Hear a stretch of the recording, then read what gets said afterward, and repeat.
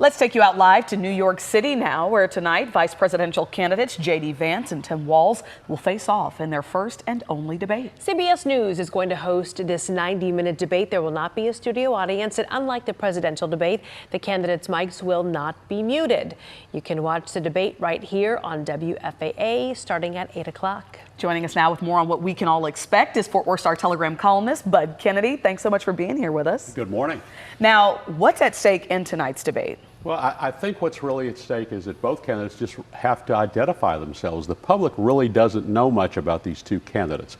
And this is the last debate of the campaign. So this is the last debate for these two tickets to put any sort of effort out to push the needle a little bit one way or the other in this very close race.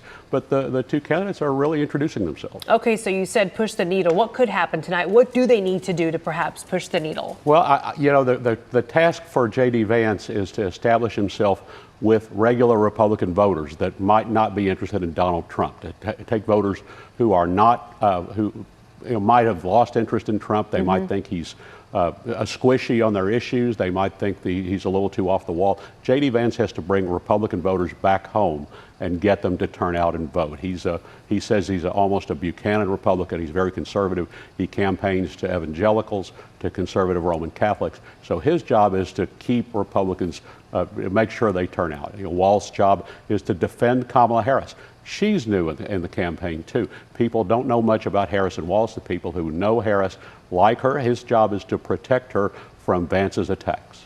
One of these candidates is only going to be a heartbeat away from the presidency. So what should everyone be listening for and looking for tonight?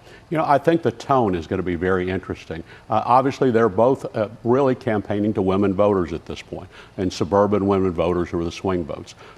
Tim Walz wants to be the defender of women's freedom and say that he's going to be the one who sticks up for women's liberty. Vance takes more of a paternalistic point of view and says he's going to be the protector and the champion. I think that those are both emotions that strike with voters, and we'll see how they come out. And this will be a different debate as far as the mics not being muted. I know there still won't be a studio audience, but how will it differ from the presidential debate other than that? Mics not being muted and no live fact checks. The candidates are supposed to fact check each other. If someone says something wrong, the other candidate's supposed to say, now wait a minute on that. It's a very traditional old-time debate. CBS wants to do this the old traditional way and make it look as much like a traditional formal debate as they can. And so they're going to let them fly. All right, Bud Kennedy with the Fort Worth Star-Telegram. We appreciate you. Thank you. Okay, so Bud's going to be back with us again tomorrow morning to break down what happens tonight. We look forward to seeing you, Bud. After the race for the White House, the biggest race in Texas will be the one for U.S. Senate in 2 weeks. You can watch incumbent Senator Ted Cruz face off against Congressman Colin Allred in a debate of their own. The Texas debate will be moderated by our senior political reporter Jason Whiteley and Gromer Jeffers from the Dallas Morning News. That's Tuesday, October 15th at 7 p.m. live on WFAA. Also, an opportunity to stream that debate on WFAA Plus. That's our app. WFAA Plus is free to download on Roku, Amazon Fire, or Apple TV.